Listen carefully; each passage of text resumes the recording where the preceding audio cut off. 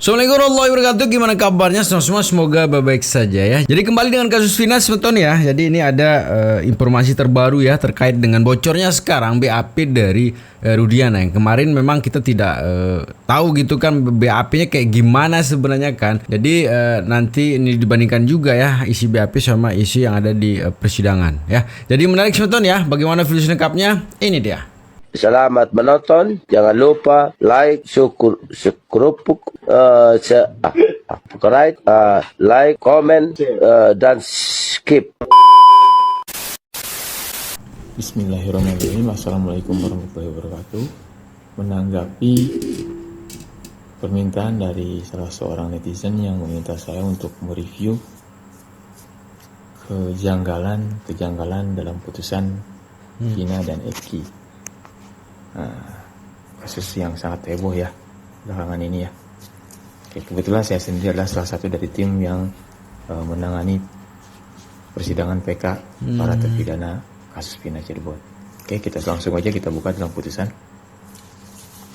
Ada satu keanehan yang pertama, bukan keanehan sih sebenarnya ini, tapi ini lebih ke apa ya, ngarang lah. Jaksa penuntut umum ngarang dalam dakwaannya. Di sini dikatakan saudara Dani menusuk dengan menggunakan samurai ukuran pendek ke bagian perut sebelah kiri sebanyak 1 kali sehingga akhirnya korban Muhammad Rizky Rudiana meninggal dunia di tempat, sementara korban Vina dipukul dengan tangan kosong. Di sini dikatakan bahwa Dani menusuk menggunakan samurai ukuran pendek ke perut sebelah kiri. Kalau ditusuk dengan menggunakan samurai, berarti harus ada dong bekasnya di perutnya ya. Benar. Bekas tusukannya. Ya kan? Apalagi tusukan tersebut mengakibatkan Muhammad Rizky Rudiana meninggal dunia di tempat. Pasti kena tuh tusukannya dan masuk ya, meninggalkan bekas pasti. Yuk kita buka di visum et repertumnya. Oke. Di sini ada visum et repertum dari Muhammad Rizky Rudiana. Coba dari awal kita buka. Nah, visum et repertum Muhammad Rizky Rudiana. Katanya yang ditusuk perutnya sebelah kiri ya. Kita langsung aja ke bab luka-luka.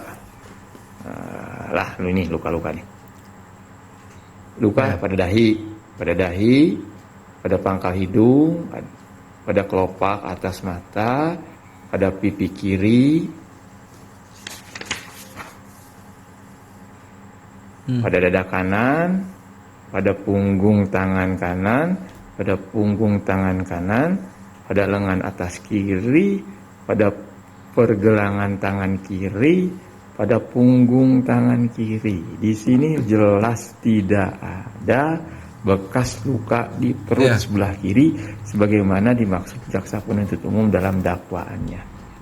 Nah, selanjutnya nanti kita coba lihat keterangan si orang yang mengeluarkan visum et repertum ini. Ya, kita coba lihat. Ini yang mengeluarkan Dr. Rahmat Tiaranita. Dr. Rahmat Tiaranita adalah seorang dokter dari rumah sakit mana nih? Oh, nggak disebut nih ya. Nah, ini rumah sakit Gunung Jati. Nih, sebenarnya rumah sakit ini. Nah, rumah sakit umum daerah Gunung Jati ya. Oke, ini kan putusan ya. Tadi dalam putusannya ya, dalam dakwaan ya dikatakan ya ukuran Dani menusuk dengan menggunakan samurai ukuran pendek ke bagian perut sebelah kiri Muhammad Rizky Rudiana sehingga meninggal dunia di tempat. Oke, pasti ada dong bekasnya. Nah, tadi kita lihat di visum et repertumnya tidak ada bekas luka yang ada di perut. Berarti hoax nih kayaknya nih. Coba kita tanya kita lihat keterangan Dr. Rahmat Tiaranita dalam persidangan seperti apa. Ini Dr. Rahmat Tiaranita di bawah sumpah menerangkan sebagai berikut. Langsung aja biar cepat, langsung aja ke keterangannya. Ada nggak sih luka bekas penusukan? di bagian perut. Nah, ini di sini nih. Bahwa pada saat saksi melakukan, mungkin ahli ya, bukan saksi nih, ini ahli karena dokter. Bahwa pada saat ahli melakukan pemeriksaan terhadap mayat atas nama Muhammad Rizky Rudiana, pada tubuhnya tidak ditemukan luka akibat tusukan benda tajam dan hanya luka terbuka di bagian dahi dan punggung tangan kanan. Dan akibat apanya saksi tidak tahu, ahli tidak tahu. Jelas di sini dokternya aja melihat ada tusukan. Kok jaksa penuntut umum tadi bilang ditusuk sebelah punggung perut sampai dia meninggal dunia di tempat nih. Dani menusuk dengan menggunakan samurai ukuran pendek ke bagian perut sebelah kiri sebanyak 1 kali sehingga akhirnya korban Muhammad Rizky Rudiana meninggal dunia di tempat. Jelas nih, ngarang ini nih jaksa nih, hoax nih. Dapat dari mana jaksa ini keterangan kayak gini? Ini jelas dari awal memang mereka punya keinginan untuk melakukan rekayasa terhadap kasus ini. Sepertinya dipaksakan semuanya, padahal nggak ada buktinya. Nih, Dani sendiri kan sudah dikatakan oleh Polda Jawa Barat, ternyata terakhir dikatakan Polda Jawa Barat ini tokoh fiktif. Berarti gimana nih? Aduh, nggak tahu lah ya. Nah, silakan teman-teman berpendapat ya. Seperti apa? Silakan komentar. Kasih komentar yang baik, yang membangun, bebas. Jangan menghujat dan jangan menghina. Yo, thank you. Assalamualaikum warahmatullahi wabarakatuh.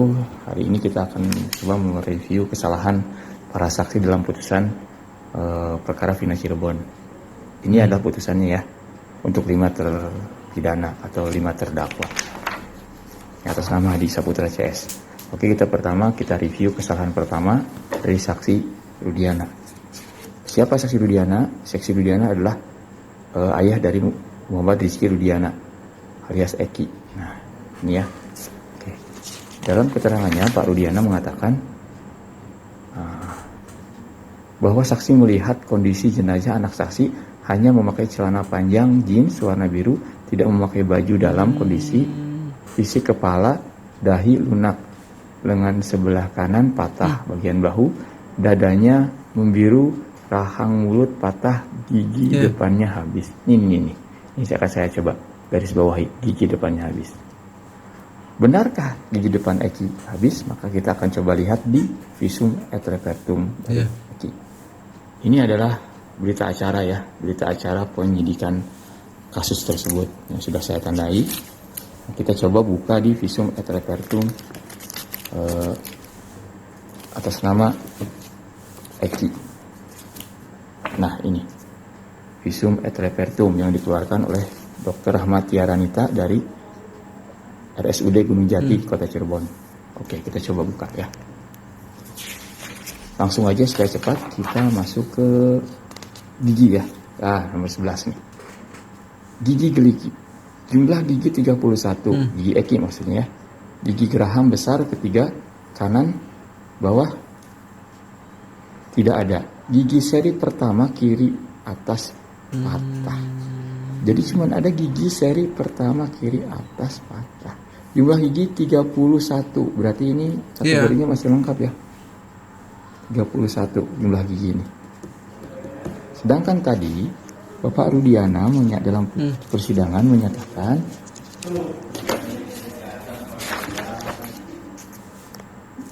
gigi depannya habis, gigi Eki habis. Mana yang akan kita percaya? Apakah keterangan Rudiana atau visum et repertum? Selanjutnya dalam persidangan, apakah Dr. Rahmat Tiaranita menyatakan sama seperti Rudiana? Coba kita lihat. Ternyata Dr. Rahmat Tiaranita dalam persidangan juga telah dihadirkan dan memberikan keterangan di bawah sumpah. Kita langsung aja. Nah, ini mengenai gigi geligi. Gigi geligi jumlah gigi 31 sama dengan visum et repertum ya. Gigi geraham besar ketiga kanan bawah tidak ada. Gigi seri pertama kiri atas patah. Ini juga sama. Gigi seri pertama kiri atas patah. Berarti hanya satu itu pun patah. Sedangkan Bapak Rudiana menyatakan gigi depannya habis. Kalau nggak percaya nih. Saya ulangi lagi nih supaya jelas nih ya.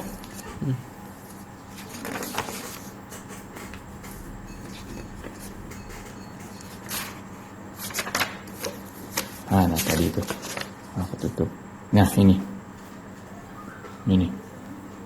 gigi depannya habis, padahal cuma satu yang patah, yaitu gigi geraham atas kiri, gigi seri kiri atas kiri yang patah.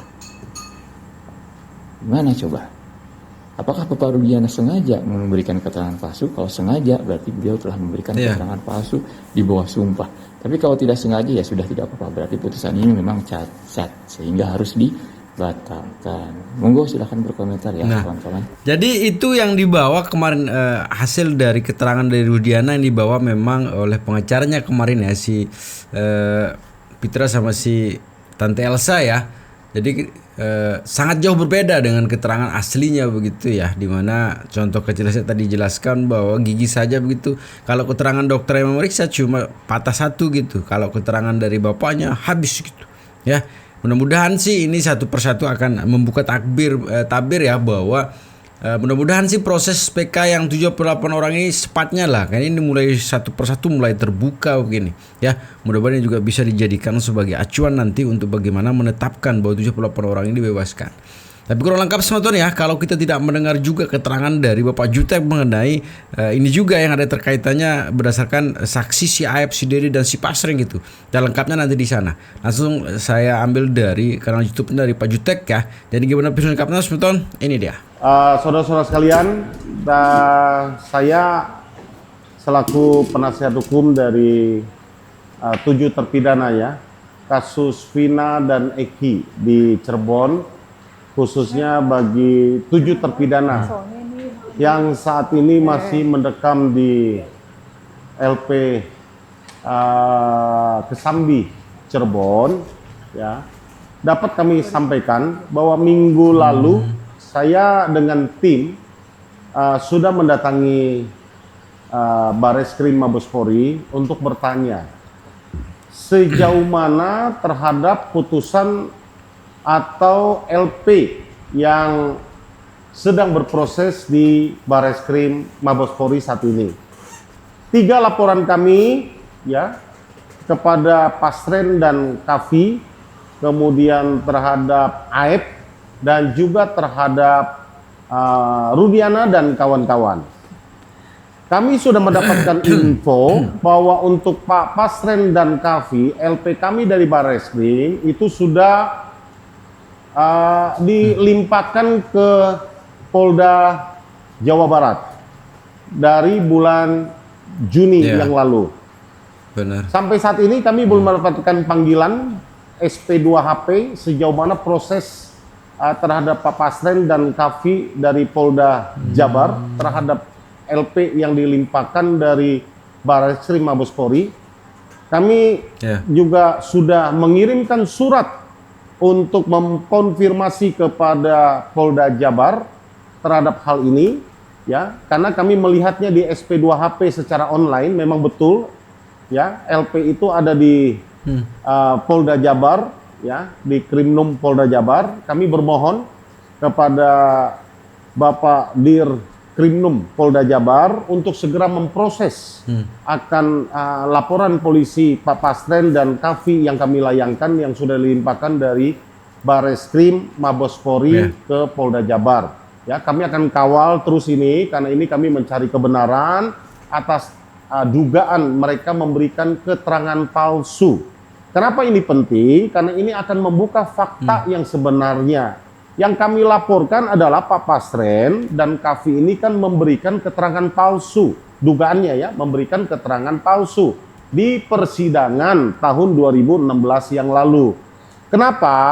Di dalam persidangan mereka mengaku tidak melihat, mengetahui bahwa 7 para terpidana ini berada di rumah kontrakannya Pak Pasren. Ya. Faktanya di dalam saksi fakta yang kami hadirkan dalam persidangan khususnya, bahkan kami sudah melakukan persidangan setempat ya, ini mendapatkan fakta bahwa sekali lagi mereka betul pada tanggal 27 Agustus 2016 para terpidana ini menginap ya, berpindah dari depan warung Bun ini lalu berpindah ke kontrakan Pak Pasren. Bersama-sama dengan mereka ada anaknya Pak Pasren yang bernama Kavi yang kami laporkan juga, yang katakan tidak melihat, tidak mengingat. Ini sesuatu yang luar biasa rekayasanya kalau menurut kami, gitu kan. Padahal Kavi itu bersama-sama dengan mereka ya malam itu dan tidur sampai pagi. Pak Pasren adalah yang membangunkan para terpidana yang menginap pada tanggal 27 Agustus 2016 lalu. Jam 7 paginya tanggal 28 Agustus 2016, Pak Pasren yang membangunkan mereka ketika mereka nginep di rumah kontrakan Pak Pasren. Ya, ini adalah satu hal yang luar biasa. Itu sebabnya menurut saya LP ini sangat ya, kami akan kawal untuk mengungkap kebenaran. Kalau betul mereka menginap malam itu di rumah kontrakan Pak Pasren, maka peristiwa yang dituduhkan kepada mereka yang terjadi pada jam 10 malam tanggal 27 Agustus 2016 itu tidak pernah terjadi. Ya. Begitupun laporan kami kepada Aib ya yang sedang berproses. Aib ini mengatakan dia bersama dengan Dede. Malam tanggal 27 Agustus 2016 mereka pergi ke warung membeli rokok di warung Madura di depan Mandua. Ya.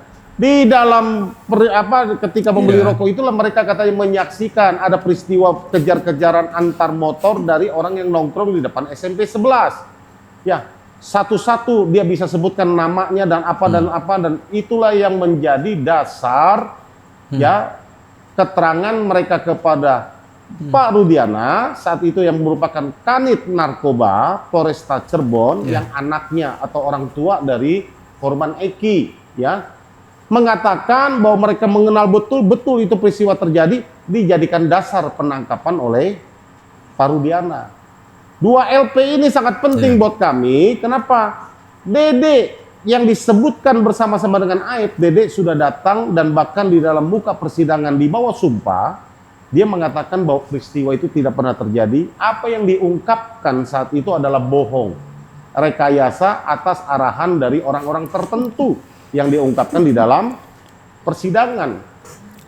Ya, menurut saya kalau ini bisa kita ungkap, kebenaran akan terungkap dan Mabes Polri harus segera menaikkan status ini, nggak perlu lagi nunggu putusan PK. Orang yang melakukannya sudah mengaku bahwa itu palsu. Ya, dari dua orang yang melakukan, satu orang sudah mengatakan itu palsu, yaitu Dede. Tunggu apa lagi untuk menaikkan status Aib? Segera naikkan. Ya, begitupun Rudiana, dugaan dan kawan-kawan ya, dugaan penyiksaan, penganiayaan yang dilakukan oleh mereka, fakta mengatakan dan itu mereka tidak bisa menghindar.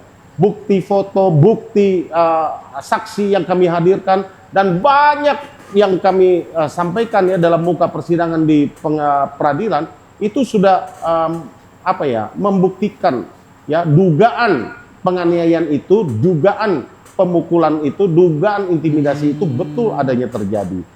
Ya, saya mendapatkan kabar, ya, saya mendapatkan kabar, ya, hirau atas laporan polisi di Bareskrim Mabes Polri sudah terlihat lah, ya. Mudah-mudahan tidak berapa lama lagi, ya, kita akan mendengar kabar baik dari teman-teman di Bareskrim Mabes Polri, ya. Terhadap dua laporan kami kepada Aib dan kepada Bapak Rudiana dan kawan-kawan. Saya sudah mendorong terus kepada teman-teman di Bareskrim Mabes Polri untuk terus segera bekerja profesional, terus bekerja tanpa ada kepentingan apapun, ya, karena ini tidak menyangkut kepada institusi. Sekali lagi dari awal kami sampaikan. Ini tidak menyangkut institusi, ini adalah oknum-oknum polisi di tahun 2016. Ya, kami saat ini diterima begitu baik oleh teman-teman di Bareskrim Mabes Polri.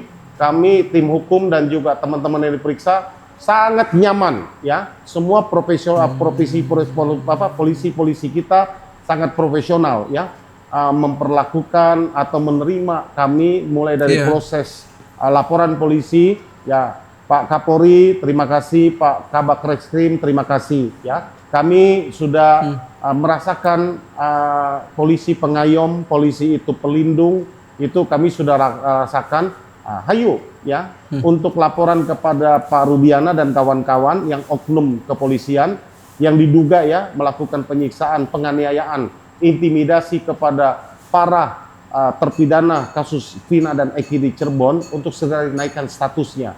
Begitupun kasus kepada Aib ya yang saat ini Dede sudah bertobat, Aib sudah selesai. Saya sudah memberikan kesempatan selaku kuasa hukum kepada para yang terlibat untuk segera bertobat ya pada tanggal 30 Oktober 2024 adalah batas akhir untuk kami mediasi ya untuk membantu proses PK dan juga kami mediasi pidananya. Ini sudah terlewati tenggang waktu 30 Oktober 2024. Kami akan berjalan sesuai dengan prosedur hukum yang berjalan.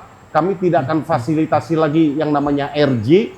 Kami tidak akan fasilitasi lagi ada yang namanya pemaaf untuk para oknum-oknum yang terlibat di dalam peristiwa Vina dan Eki, ya, baik itu LP kami kepada Pak Pasren, kepada Kavi, baik itu kepada Pak Rudiana dan kawan-kawan, baik itu kepada Aib, ya.